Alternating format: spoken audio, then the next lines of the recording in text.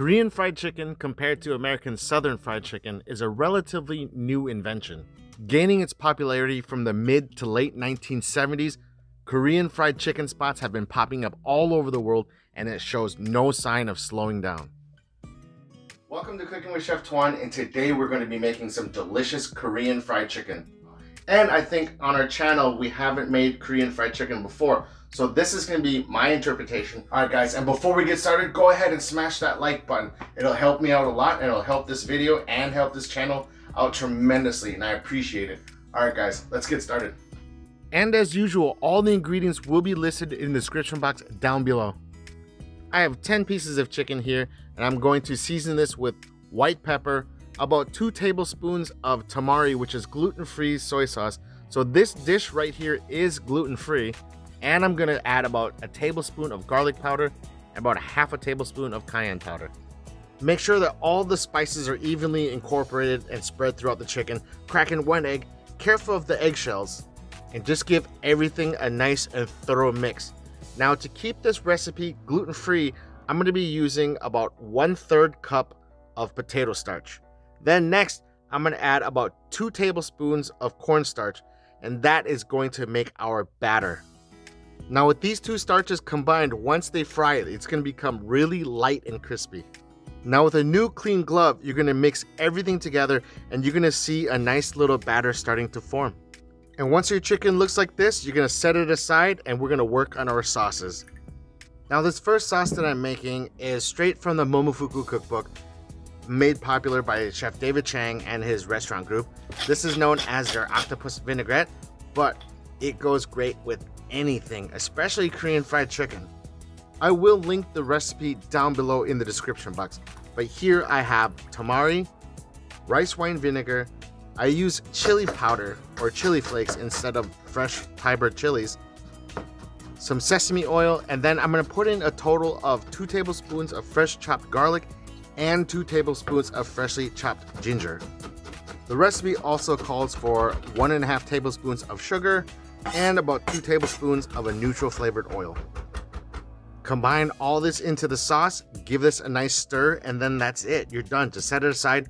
And then now we're going to work on our second sauce. This one is also quick and easy.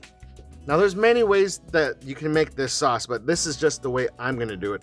I'm going to start it with about 1/2 cup of ketchup, 1/3 cup of gochujang, 3 tablespoons of light brown sugar. I'm going to put in some fresh cracked black pepper, some ginger, garlic, about 1 tablespoon of each. And then I'm going to add some apple cider vinegar, which is a little bit sweeter than white distilled vinegar. Just enough, about 4 tablespoons, to let everything stir and combine together. Turn the heat up a little bit.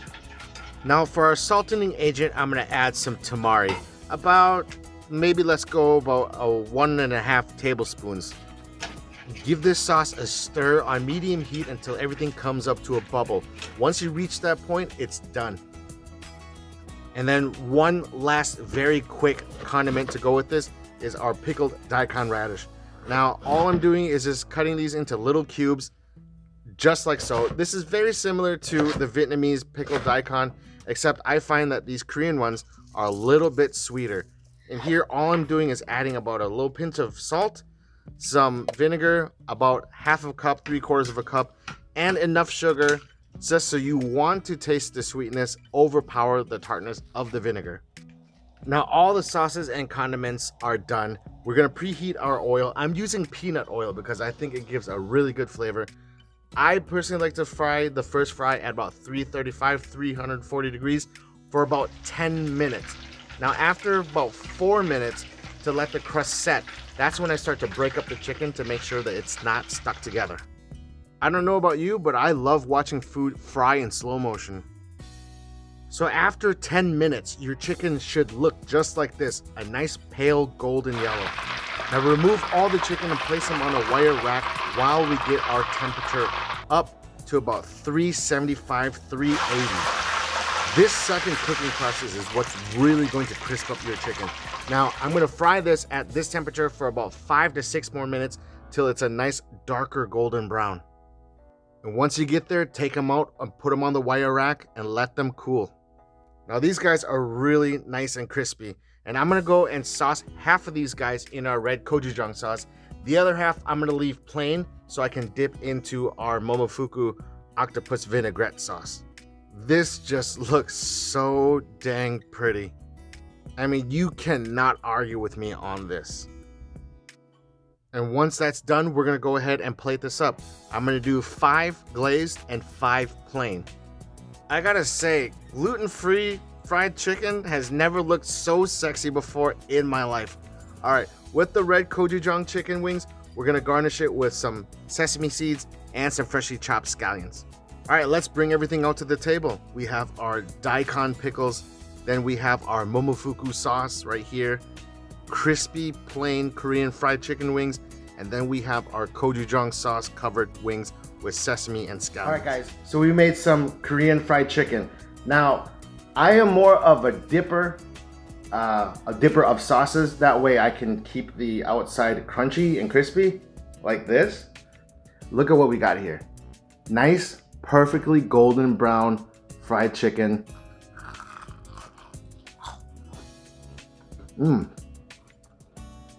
Remember, this is gluten-free because we didn't use any flour. We used potato starch, cornstarch, and tamari. Really light and clean tasting. And I didn't add any salt to the chicken or the flour because the sauces we use, or we're going to use, it's gonna have a lot of salt in it already, so we don't need to add more. Dip this into that Momofuku soy vinaigrette that we made. Here you go.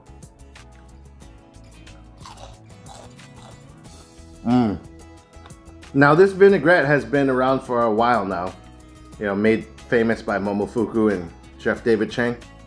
Oh, also guys, hit that like button if you haven't already.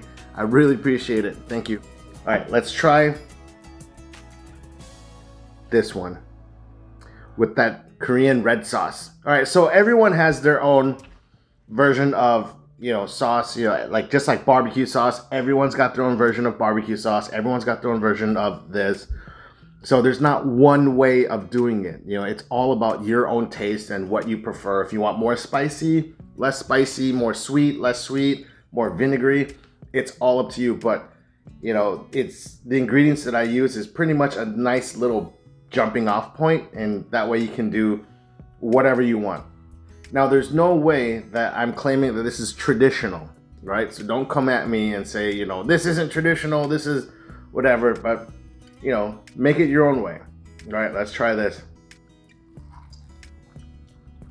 Oh yeah. You taste the heat from the gochujang, the ginger, the garlic. Definitely you get that umami from that Worcestershire. Oh yeah. Let's try these the Korean daikon pickles. It's good, but, you know, with more time, you know, these will taste a lot better tomorrow. If you guys have never made Korean fried chicken or had Korean fried chicken, definitely give this recipe a try. You're gonna love it. It's really quick and simple, very easy to make. And because you're using like chicken wings and potato starch, cornstarch, it's relatively inexpensive. As you can see, this whole meal probably costs less than 10 bucks. You can make it for yourself or make it for your family. And you don't have to make the Korean sauces either. This is great to do for buffalo wings or whatever kind of wings you want, you know? Make it your own. That's what cooking is all about. All right, guys. Thank you so much for stopping by and spending some time with me. I love this. Be safe out there. And as always, guys, peace.